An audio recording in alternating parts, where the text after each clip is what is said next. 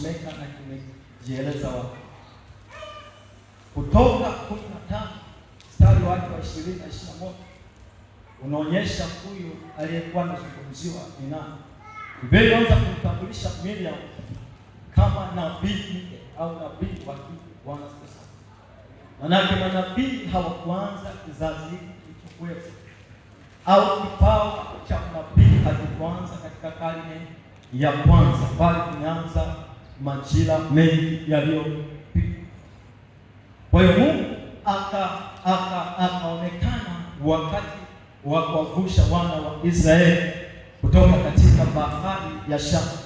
Alipowavusha wakaendelea mbele, ndipo siku moja huyu mke aitwaye Miriam akasimama katikati ya kusanyiko, na wanawake wengine wakaanza kumsifu Bwana, na yeye alikuwa na tari au kifaa cha muziki kinatoa sauti nzuri kwa ajili ya kumtukuza Bwana. Baada ya hapo, wanawake walikuwa na matari, kila mmoja na tari lake, wakamtukuza Bwana na wimbo waliokuwa wakiimbia kwamba msifuni Bwana kwa sababu ametukuka sana, matendo yake ni makuu sana. Lakini pia mpanda farasi na farasi amewatupa baharini. Kwa walikuwa wanamtukuza, wanamtukuza.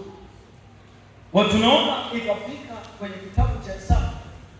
Hivi vitabu vya Kutoka, Hesabu, Mambo ya Walawi, Kumbukumbu, kitabu cha Joshua vinaonyesha matukio ya wana wa Israeli, lakini katika sura tofauti au katika maelezo tofauti. Kuna maelezo unaweza kuyapata kwenye kitabu cha Hesabu, usiyapate kwenye kitabu cha Kumbukumbu la Torati. Kuna maelezo utayapata kwenye kitabu cha Kutoka, usiyapate kwenye kitabu cha Mambo ya Walawi. Lakini kuna mambo mengine yataingiliana kama sheria za Mungu, amri, utazikuta kwenye Kutoka sura ya 20, pia utazikuta kwenye Kumbukumbu sura ya 5.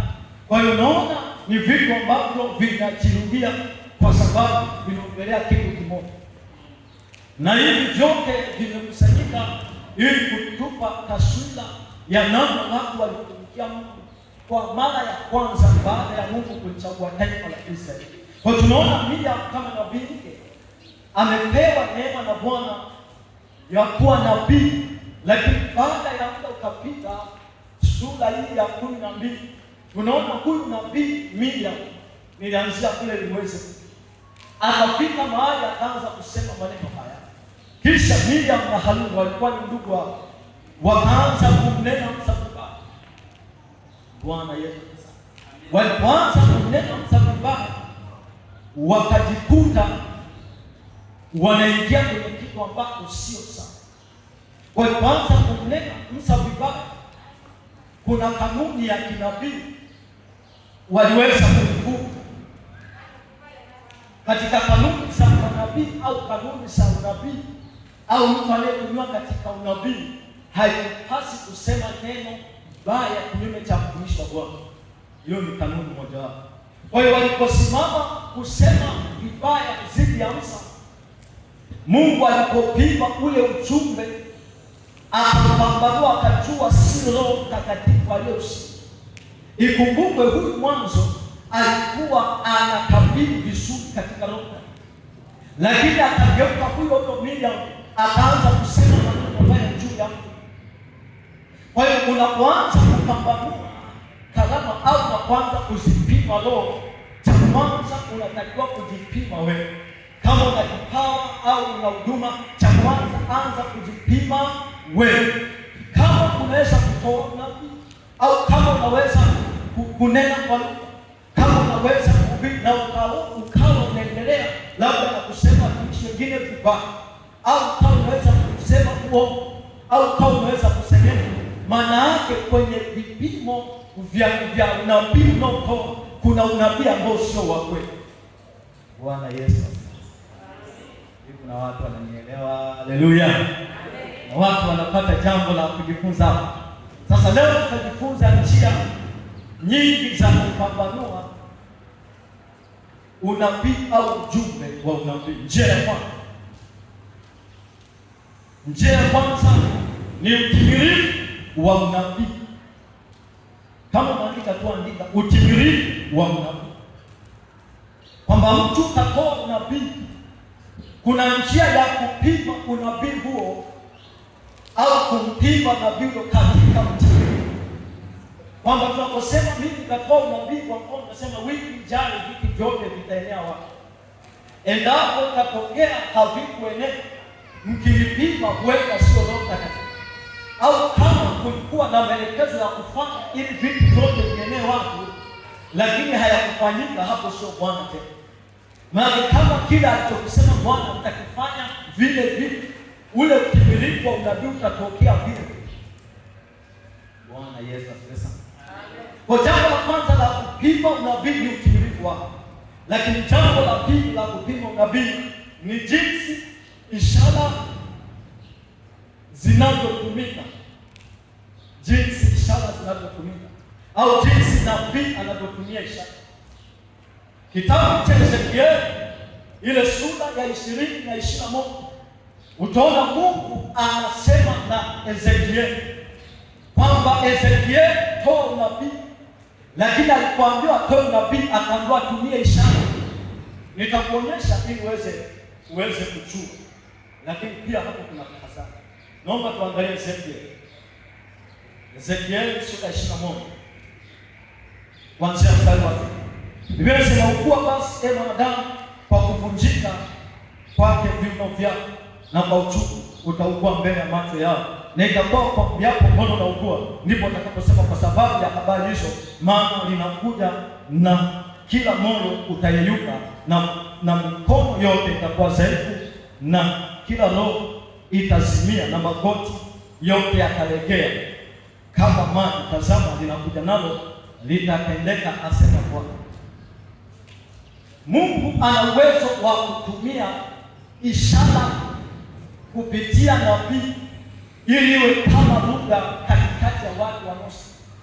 Sababu tunapojifunza unabii hauishii kwenye kuzungumza, unabii hauishii kwenye kutabiri. Unabii unaweza kutoka kwa ishara ili watu waweze kuelewa Mungu kuliko kawaida. Na kazi ya ishara ni kuthibitisha kwamba Mungu aliyesema ni yeye yule.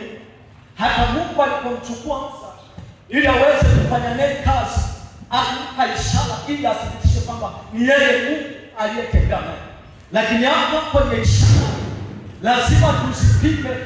Kama ishara ikatokea haikubaliani na neno, au ishara ikatokea ni tofauti na mapenzi ya Mungu, hiyo ishara ni ya uongo. Kwa mfano, nikapata taarifa moja hii kwamba kuna mtumishi anahubiri, anasema sisi ni chumvi ya ulimwengu, kwamba sasa unaweza ukachukua, kwa sababu nini ni chumvi ya ulimwengu, chukua chumvi unyunyize kila mahali, unyunyize. Sasa nilikuwa nimesikia hiyo fundisho, nikajua huyu tayari kwenye kupima unabii, huyu amesema uongo. Kwa sababu ukisema wewe ni chumvi ya ulimwengu, unatakiwa kunyunyiza kama ishara, lakini utakapokuja wewe ni nuru ya ulimwengu, utachukua nini? Utachukua tochi uanze kumulika usiku na mchana, kwamba wewe ni tochi, chukua mulika kila mahali? Hapana. Chumvi ya ulimwengu, kwamba maisha yako yaweze kuwa na ladha katikati ya watu. Maana unapompima mtu kwenye neno, katika ishara anayofanya, unaweza ukagundua huyu nabii wa kweli au alichokusema sio. Lakini pia kama ishara atakayoifanya itakuwa inaambatana na kutenda sana, jua ni nabii wa uongo au nabii huo ni wa uongo. Kwa mfano, kuna watumishi ambao wamekuwepo katika kizazi ambao wanakwambia labda kuna mtoto ukutane kimwili ili upate mtoto.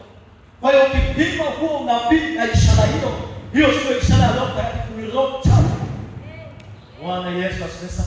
Lakini kwa sababu watu wanaamini wanaweza kufanya hivi, au mtu anakwambia kwa sababu hii ukapewa kitu ambacho ni kinyume, au ukatamke maneno mabaya kwa mtu fulani ili uweze kumpata aondoke katika maisha yako.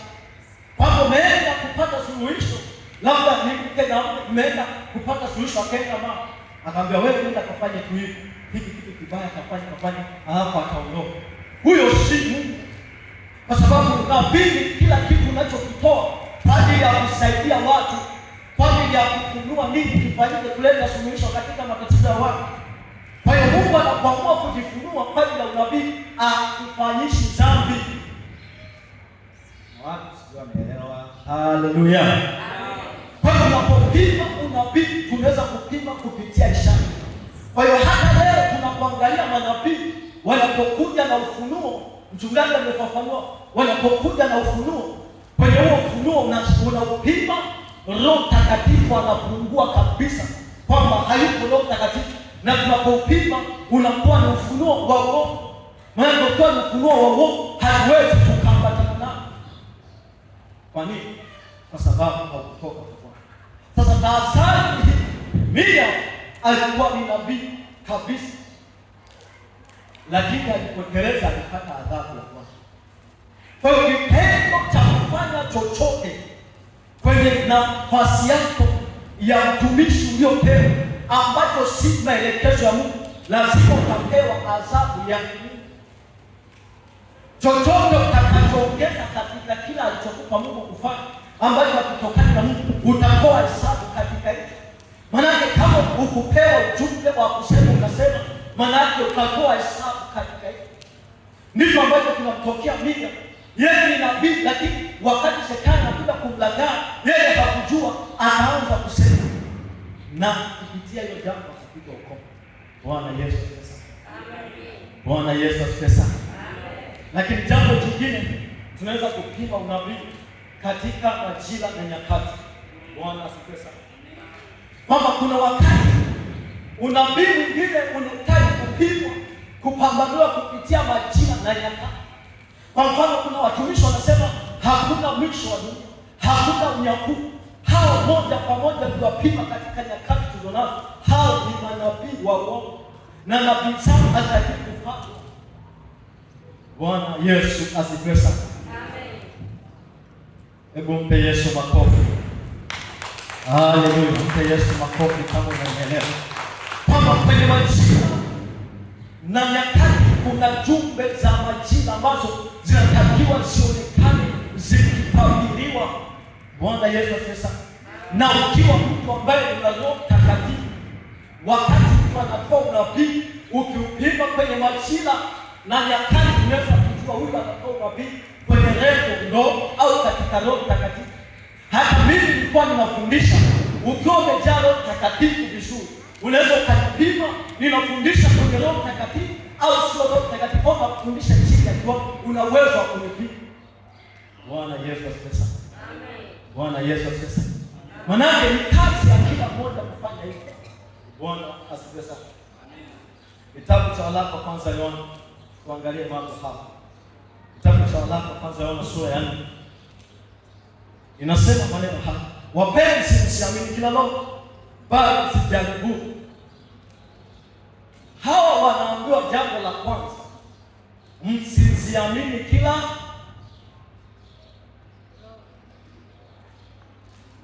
Yesu asifiwe sana. Amen. Wapenzi, msiziamini kila roho, lakini jambo la pili, sijaribuni.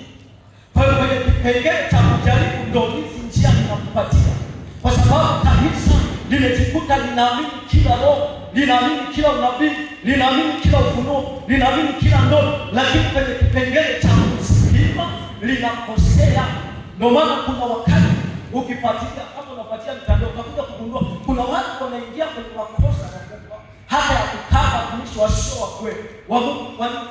Wasikia wakimtaja Yesu, wakimkiri Yesu ni Mwokozi, ni Bwana, wakaamini kwenye kipengele kimoja, lakini walipokuja kuzijaribu kwenye maeneo mengi, wakakuja kugundua kumbe sio Roho Mtakatifu aliyekuwa anafanya kazi, ndio wakakuja kushtuka, tayari madhara yamekwisha kutokea. Kwa mfano, mtu anaweza kuleta ufunuo kwamba mtumishi safi aliyovaa ni baya, kwa mfano, lakini ile safi nimevaa zaidi ya miezi 6 na huyo nabii alikuwepo hajaliona. Maanake kama kulikuwa na madhara au kuna sumu au kuna anguko limekusudiwa kupitia shamba, mimi nitakuwa nimekwisha kuanguka.